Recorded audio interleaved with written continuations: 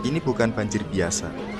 Ini adalah air bah yang menerjang di Sumatera Barat dan Sumatera Utara baru-baru ini. Orang bilang ini bencana alam. Tapi mari kita jujur, bencana ini dibuat, direncanakan, dan diizinkan.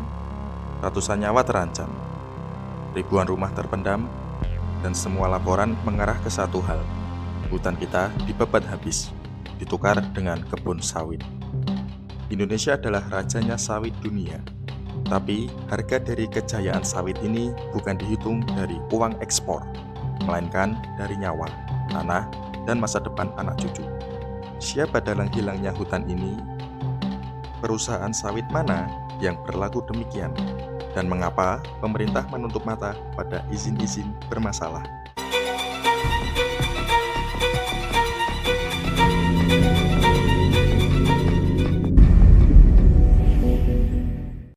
Kenapa hutan lebih kuat dari sawit? Hutan tropis kita ini seperti spons raksasa. Akarnya tebal, tanahnya gembur. Saat hujan badai datang, hujan menyerap air perlahan, lalu melepaskannya sedikit demi sedikit. Fungsi ini membuat desa di bawahnya aman dari banjir.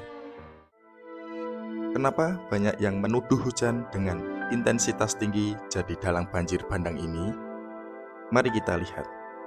Sejak zaman Kerajaan Sriwijaya, bahkan jauh sebelumnya, Sumatera sudah sering diguyur hujan deras.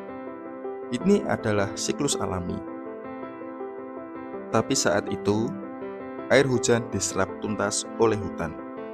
Ia tidak lari. Hari ini, hujan gerimis saja sudah bisa membuat sungai meluap. Kenapa? Karena fungsi vital hutan sebagai spons itu sudah dihancurkan demi sawit monokultur. Perkebunan sawit butuh lahan luas dan rata. Cara termudah, tebang habis. Pohon sawit akarnya pendek, tidak serapat akar hutan. Tanah bekas sawit jadi padat seperti lantai semen. Saat hujan deras, air tidak meresap. Ini yang menciptakan banjir bandang datang tiba-tiba, membawa lumpur dan batang kayu yang menghantam apa saja. Semakin banyak hutan di depan, semakin sering banjir datang. Ini terjadi nyata di Sumatera Barat dan Sumatera Utara. Kawasan tangkapan air hulu sungai yang seharusnya sakral kini penuh oleh barisan pohon sawit yang seragam. Kita tidak bisa hanya menyalahkan alam. Laporan dari LSM dan media independen sering menunjuk nama perusahaan besar yang beroperasi di sekitar titik bencana. Meskipun hasil hukum final mungkin belum ada, dugaan kuat mengarah pada perusahaan yang memiliki izin hak guna usaha yang berdekatan atau bahkan tumpang tindih dengan kawasan hutan lindung atau daerah tangkapan air. Perusahaan-perusahaan ini cerdik. Mereka sering menggunakan banyak anak perusahaan dengan izin terpisah untuk menghindari sorotan.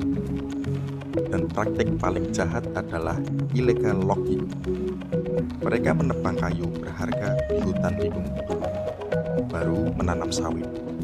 Kayu hasil tebangan ilegal ini juga yang ikut hanyut dan merusak jembatan di hilir. Menurut data, luas hutan alam di Sumatera yang tersisa kini hanya tinggal sekitar 12 hingga 14 juta hektar. Bandingkan angka itu dengan luas perkebunan kelapa sawit yang kini diperkirakan telah mencapai angka fantastis, yaitu sekitar 8 hingga 9 juta hektar di seluruh pulau Sumatera. Artinya, hampir setara dengan 2/3 hutan alam yang tersisa telah ditukar dengan sawit. Yang lebih mengejutkan, laporan menyebut bahwa dalam 2 dekade terakhir saja, Sumatera telah kehilangan lebih dari 5 juta hektar hutan alam. Sebagian besar deforestasi ini terjadi di kawasan hulu dan diubah menjadi perkebunan monokultur. Siapa yang memberi izin dan membela sawit? Izin hak guna usaha yang bermasalah ini dikeluarkan di tingkat daerah atau provinsi. Mengapa? Karena uang. Pemerintah daerah tergiur oleh janji investasi dan potensi pendapatan asli daerah. Lobi dari korporasi sawit itu sangat kuat. Mereka bisa mengubah rencana tata ruang dan aturan main tata kota hanya untuk mengakomodasi perluasan lahan sawit dan mengorbankan zona hijau. Dan disinilah kita menemukan pembenaran yang kontroversial. Kita pernah mendengar pernyataan dari pejabat tinggi seperti ini, dan ini.